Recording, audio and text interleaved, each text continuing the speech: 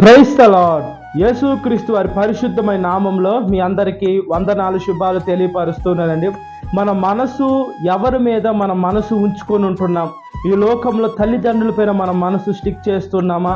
లేదా ఈ లోకంలో భార్య మీద భర్త మీద భార్య మన మనసు పెట్టుకొని ఉన్నామా? లేదా కన్న బిడ్డలపైన మన మనసు పెట్టుకొని ఉన్నామా?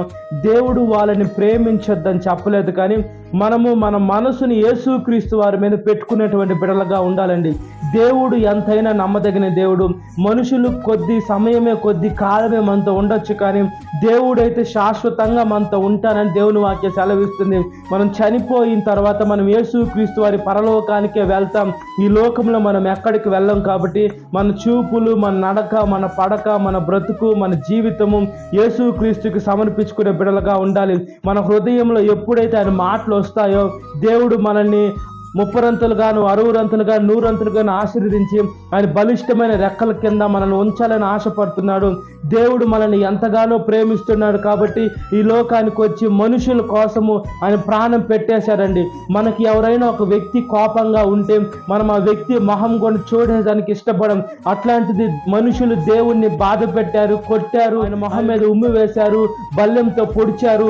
ఆయన నానాకు మాటలు అన్నా కూడా వ్యభిచారని అన్నారు. ఆయన తప్పుడోడుగా చూసిన కూడా యేసుక్రీస్తు వారు అవన్నీ తుడిచివేసి మనుషులు అంతగా ప్రేమించారు. అదేవిధంగా యేసుక్రీస్తు వారికి తెలిసి ఈ లోకానికి వస్తే మనుషులు ఎంత బాధ పెడతారో యేసుక్రీస్తు వారికి తెలుసు. కాబట్టి మనం దేవుని వాక్యానుసారంగా ఆయన ప్రేమ కలిగి ఉండినట్లుగా ప్రార్థన. మహా పరిశుద్ధాత్మ దేవ, మా ప్రియ పరలోక తండ్రి, ఒకసారి జ్ఞాపకం చేసుకోమని అడుగుతున్నాం. మా మనసయ మీ మీద పెట్టుకున్న శక్తిని దయచేయండి.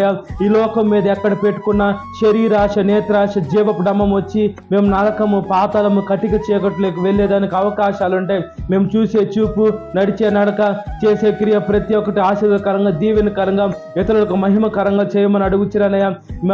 మేము మాలిన్యపు వస్త్రాలు ఉంటే ఆ మాలిన్యపు వస్త్రాలు తీసివేసి పరిశుద్ధమైన ప్రశస్తమైన వస్త్రాలతో అలంకరించమని అడుగుచున్నానయ్యా. మీరు ఎంతైనా నమ్మదగిన దేవుడయ్యా. భూమి ఆకాశం గతించిన ఎసే మీ మాటలు గతించావు. కాబట్టి మీకు లోబడే ఎసే మీకు తగ్గించుకొని, మాకై మేము తగ్గించుకొని ఈ పాదాల దగ్గరికి వచ్చే మంచి మనసును దయచేయమని సాతాను శోధన ప్రతి ఒక్క బిడ్డను విడుదల దయచేయండి. ఈ వాక్యం వీటిన ప్రతి ఒక్క బిడ్డని పేరు పేరు జ్ఞాపకం చేసుకోండి. ఈ దినకాలపు దీవెనతో నింపమని నజరేయుడైన యేసుక్రీస్తు వారి పరిశుద్ధమైన నామములో మిక్కిలి వినయం తరిచిన నా పరలోక తండ్రి, amen. Praise the lord. God bless you. Have a great day.